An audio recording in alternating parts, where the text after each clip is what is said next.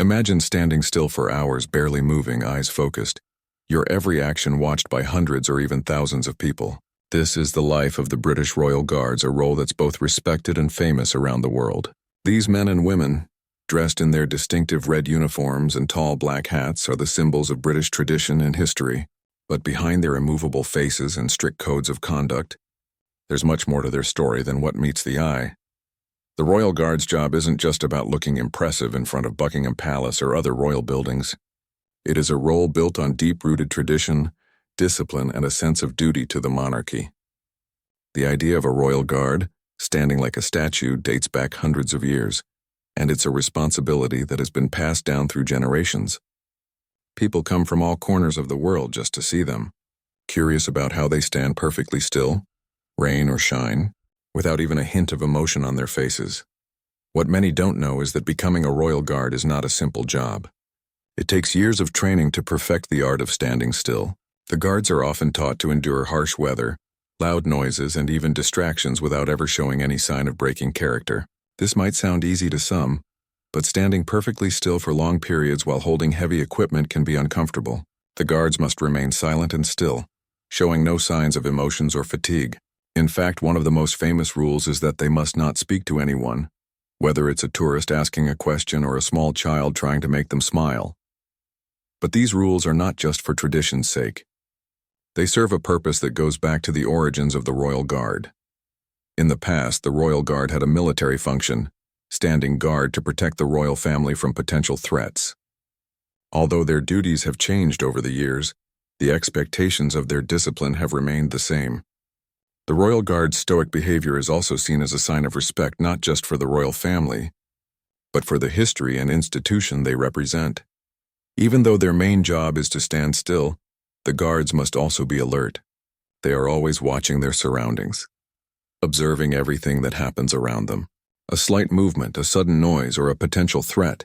These are the things the guards must be ready for. They are trained to stay alert while maintaining their rigid stance. This is a job that requires immense focus and dedication. It's not as easy as it seems to stand like a statue in front of large crowds, with people constantly taking photos and videos, hoping to capture the perfect shot of a guard's serious face. While the guards stand motionless, there is often a crowd of tourists gathered around them, marveling at their ability to remain unmoved. For many, it's a bit of a game. Can they get a smile from the guard? Can they make the guard react even for a second? But the Royal Guards remain unshaken, not responding to the waves, smiles, or calls of onlookers. It's all part of the job. The crowds come from all over the world, hoping to see the famous stoic guards in action, but they never get the chance to break the silence. As time passes, the Royal Guards become more than just protectors. They evolve into living symbols of British history and culture. Their image is seen in movies, postcards, and tourist brochures. They represent an idea of British strength, honor, and history. They remind people of a time when life was simpler and the monarchy ruled with absolute power. Even today, the Royal Guard's presence is a reminder of the continuity of the British monarchy and the centuries of tradition that continue to shape the country's identity.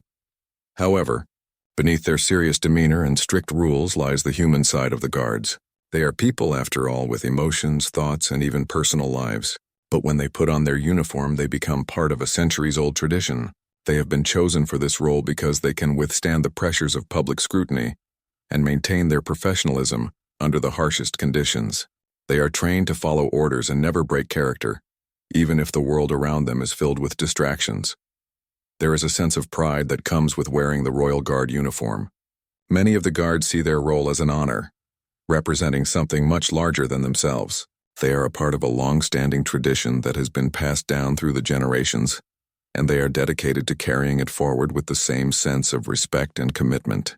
For them, the uniform is a symbol of their responsibility and duty, and they take their job seriously. But that's not to say that their lives are without challenges. Standing still for hours at a time can be physically demanding, and it's common for guards to experience discomfort, especially during long shifts in the hot summer sun or the freezing cold of winter. Some guards have fainted from heat exhaustion, while others struggle with numbness in their legs or arms. Despite the discomfort, they are expected to remain unwavering in their duty. When tourists and onlookers arrive, they often do not realize the mental and physical strain the guards endure. Instead, they see a symbol of perfection, someone who is capable of remaining perfectly still without a smile, without a word, for hours on end. This is the image of the royal guard that has been immortalized in pictures and stories. But it's far from the full picture. The royal guard's job is difficult, lonely, and requires a level of discipline that few people can understand. It's a job where emotions are set aside in favor of tradition, and where the smallest distraction could cause a guard to lose focus and potentially miss a serious threat. But despite the intensity of the role, there's also a sense of camaraderie among the guards. They work together, supporting each other through their long shifts and challenging duties. They understand the pressures of the job and can relate to the difficulties their colleagues face. When they're not on duty, they can relax and joke with each other, away from the prying eyes of the public. But when they're in uniform, their focus is on their duty, and they become part of the royal history that is woven into the fabric of British society. The Royal Guard's job is a symbol of strength, discipline, and dedication. It's a role that requires the guard to set aside personal feelings, physical discomfort, and the pressure of public expectations. But it's also a role that connects them to something much bigger than themselves, a centuries-old tradition that continues to thrive, even in the modern world. For most people, watching the Royal Guard is a fascinating experience. They marvel at how these men and women can remain so still, unmoved by the crowds, their stoic faces never giving away any emotion. But for the guards themselves, it's a different experience altogether. They understand the weight of their responsibility, and they take it seriously. They are not just standing still for the sake of tradition, they are upholding a piece of history. And even though the public may not always see the human side of the guards, it's important to remember that behind the uniform, there are real people with their own challenges and experiences. It was a typical afternoon in London, bright and sunny, the kind of day that seemed to draw people from every corner of the world. Tourists gathered in front of the iconic Buckingham Palace, eagerly snapping photos of the grand building and the royal guard standing so perfectly still in front of it. For many, seeing the royal guards in person was one of the highlights of their visit to the UK. The famous red coats and towering black hats were what made the royal guard so unique, and there was something magical about watching them maintain their stoic composure while the world around them bustled with life. In the crowd, there was a little girl, perhaps no more than 5 or 6 years old, holding her mother's hand tightly as they approached the palace gates. She looked up at the grandeur of the building with wide eyes, amazed by the history and beauty of the place. She had seen pictures of the royal guards in books and on television, but seeing them in real life was something completely different. It felt like stepping into a storybook.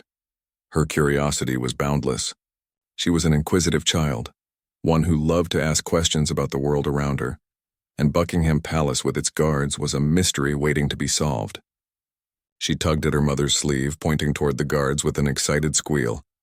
"Mom, look, the soldiers," she said, her voice filled with wonder. Her mother smiled gently, glancing down at her daughter with a soft chuckle.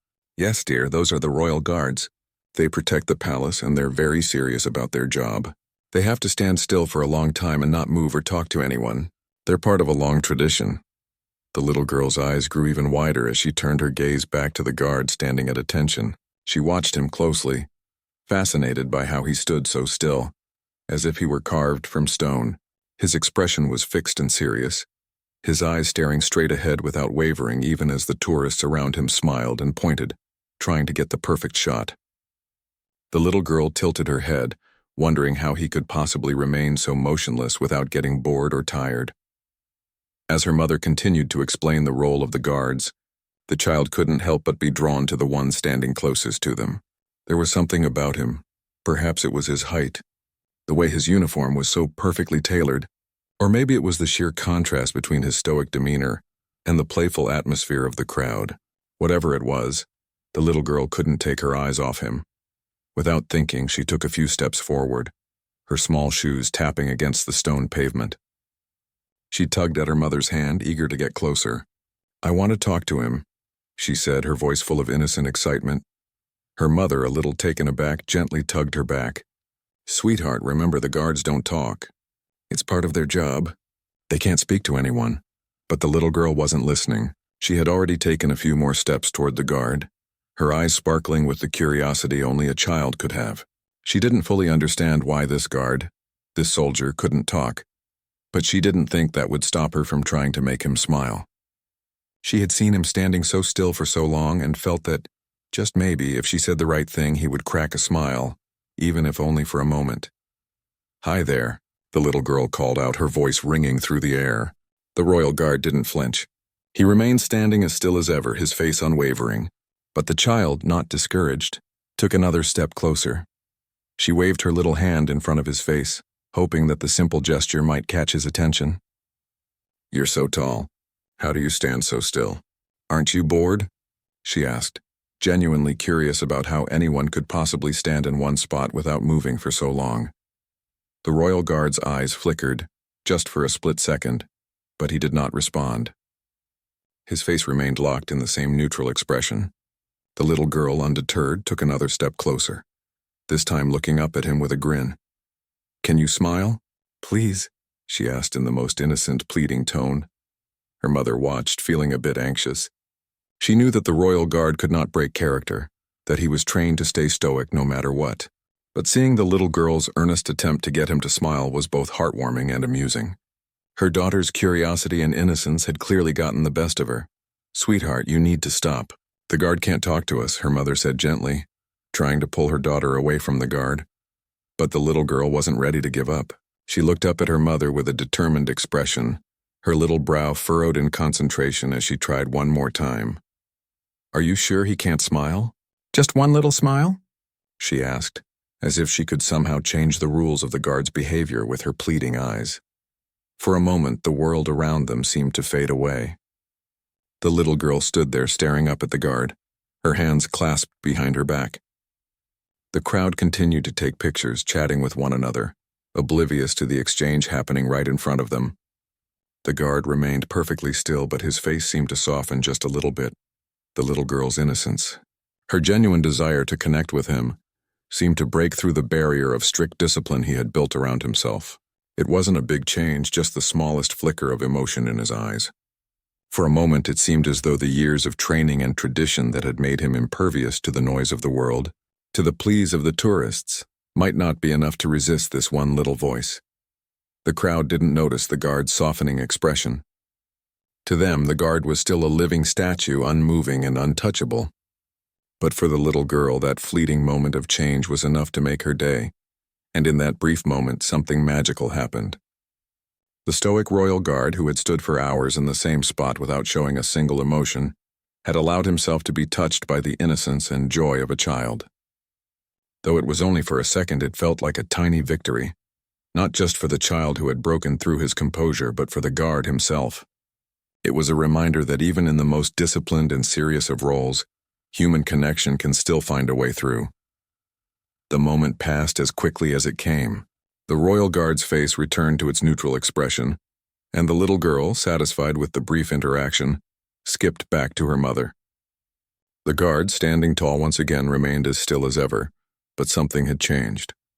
Whether it was the softening of his eyes or the tiny shift in his posture, it was clear that something had been stirred deep within him. As the mother and daughter continued on their way, the little girl couldn't stop talking about the guard. She had tried her best to make him smile, and although he didn't respond with words, she felt a sense of achievement. For the royal guard, it was just another moment in his long, disciplined life. But for the little girl, it was a moment of pure magic, a reminder that sometimes even the most serious people can be touched by the simple joy of a child. As the little girl moved away, her innocent request for a smile still lingering in the air, the royal guard remained as steadfast as ever.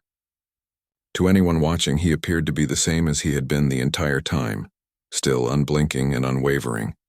His body was locked in its usual position, shoulders back, legs straight and eyes forward, scanning the crowds as part of his training to remain alert for any signs of danger.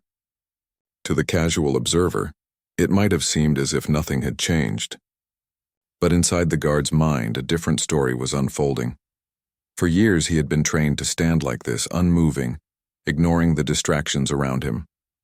The royal guard's job was a test of mental and physical endurance, one where even the smallest deviation from the routine could result in failure. From the moment he put on his uniform, he had been taught to shut off everything outside his mind. No matter how loud the noise, no matter how tempting the distractions, he had to remain a pillar of discipline and strength. He had learned to ignore the chattering crowds, the cameras flashing in his face, and even the occasional mischief from tourists trying to break his character. But that day, something was different. The little girl's innocent charm, her pure curiosity, and the way she had looked at him with such sincere wonder had caused a small crack in his exterior. It wasn't just the usual tourists trying to provoke a reaction.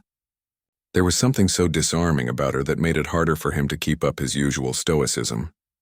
Her questions, her genuine interest, were not the kind of distractions he could simply push out of his mind. For a brief second, when she waved at him, his mind wandered. What would it feel like to smile? He knew he wasn't supposed to, not under any circumstances. But the truth was, he had been standing in the same position for hours, and he had seen hundreds of tourists trying their best to make him react. Some people laughed or waved excitedly. Some even made funny faces to try and get him to break his character. Over time, he had become numb to it all. But the little girl's approach had been different. There was no expectation from her, no desire for a reaction. She was simply curious, asking questions as though she were talking to a friend.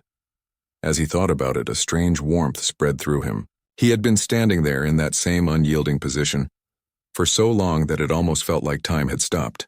The bright sunlight reflecting off the stone walls of the palace, the sounds of the bustling tourists, and the occasional whiff of street food in the air. They were all part of the scene. Yet, in that moment, it all seemed distant. It was as if the world around him had faded away, leaving just him and the little girl. The child's question, "Can you smile?" echoed in his mind. It was simple, yet it felt like the most genuine request he had ever heard. In the midst of the endless parade of tourists who had come to see him as nothing more than an attraction, she had seen him not as a symbol of stoicism, but as a person. And that made it harder to stay completely detached. The Royal Guard's training had prepared him for all sorts of distractions. Crowds shouting, people trying to take his picture, even children tugging on his uniform. He had been through it all, and each time he had been able to keep his composure. But now something felt different. His mind raced, and he found himself struggling to keep that neutral expression on his face. His breathing slowed, and he tried to refocus his thoughts. It wasn't easy. A small part of him wanted to break the rules just for a second. He could almost feel the corners of his mouth twitching, an involuntary response to the joy that the little girl had brought into the moment. He thought of how it would feel to smile at her, to show her that behind the uniform and the rigid posture, there was a human being capable of feeling joy and amusement. But he quickly reminded himself of the importance of his duty. The Royal Guard had a reputation to uphold, and no matter how innocent the child's request was, he couldn't allow himself to let down his guard, even for a second. The guard's mind was now a battlefield between his natural instincts and the responsibility he had sworn to uphold. His training, which had shaped his every action for years, told him that he could not give in. The guard was not supposed to respond to anyone. He was not supposed to be distracted, to smile, or to show any sign of emotion. His role was to remain a figure of strength and discipline no matter what. That was the essence of being a Royal Guard. But the longer he stood there, the harder it became to ignore the pull of human connection. He couldn't help but think of his own life outside the uniform, the people he knew, the friends and family who had seen his true personality. Outside of the ceremonial role, he was just like anyone else, someone who laughed, who smiled, who engaged with the world. But here, in his role as a Royal Guard, he was expected to become something else entirely, a symbol, a figure of absolute control. As the minutes ticked by, he began to feel a familiar tension in his legs and back. The discomfort that came with standing still for such long periods was always there, a physical reminder of the challenge he faced. His body ached, and his muscles strained to maintain the perfect posture. His mind, too, began to wander again. Thoughts of his family, of the life he had outside the palace, started to creep into his consciousness, but he quickly pushed them aside, focusing once again on the job at hand. Still, the little girl's face kept appearing in his thoughts. She had been so genuine, so unafraid to approach him, to look at him as if he were just another person. Her innocence was refreshing, and for a moment, it reminded him of the world outside the palace walls. A world where people didn't have to stand motionless for hours, where they could smile and talk freely without the weight of tradition holding them back. The royal guard's resolve was tested more and more. His composure began to slip just a little, and he could feel his facial muscles twitching as if they were yearning to break the neutral mask he had been wearing for so long. A small part of him wished that he could interact with the world more, show people that beneath the uniform he was just like them. But he knew he couldn't do that, not here, not now. Then just as quickly as the moment had come, it passed. The little girl had skipped back to her mother, leaving the guard alone with his thoughts. The crowd continued to gather, unaware of the internal struggle he had just endured. The tourists continued to take photos, laughing and chatting among themselves. To the world, he was just another statue, another royal guard standing still in front of Buckingham Palace. But in that brief moment, he had been more than just a figure of discipline. He had been a human being, touched by the innocence of a child, and reminded that even the most disciplined individuals can struggle with their emotions. His expression returned to its usual stoic calm, but inside something had shifted. He stood there, still and composed, yet with a quiet understanding that the world, with all its distractions and distractions, could still find a way to reach through the barriers we put up. And though he couldn't show it to the world, a small part of him had broken free, just for a second.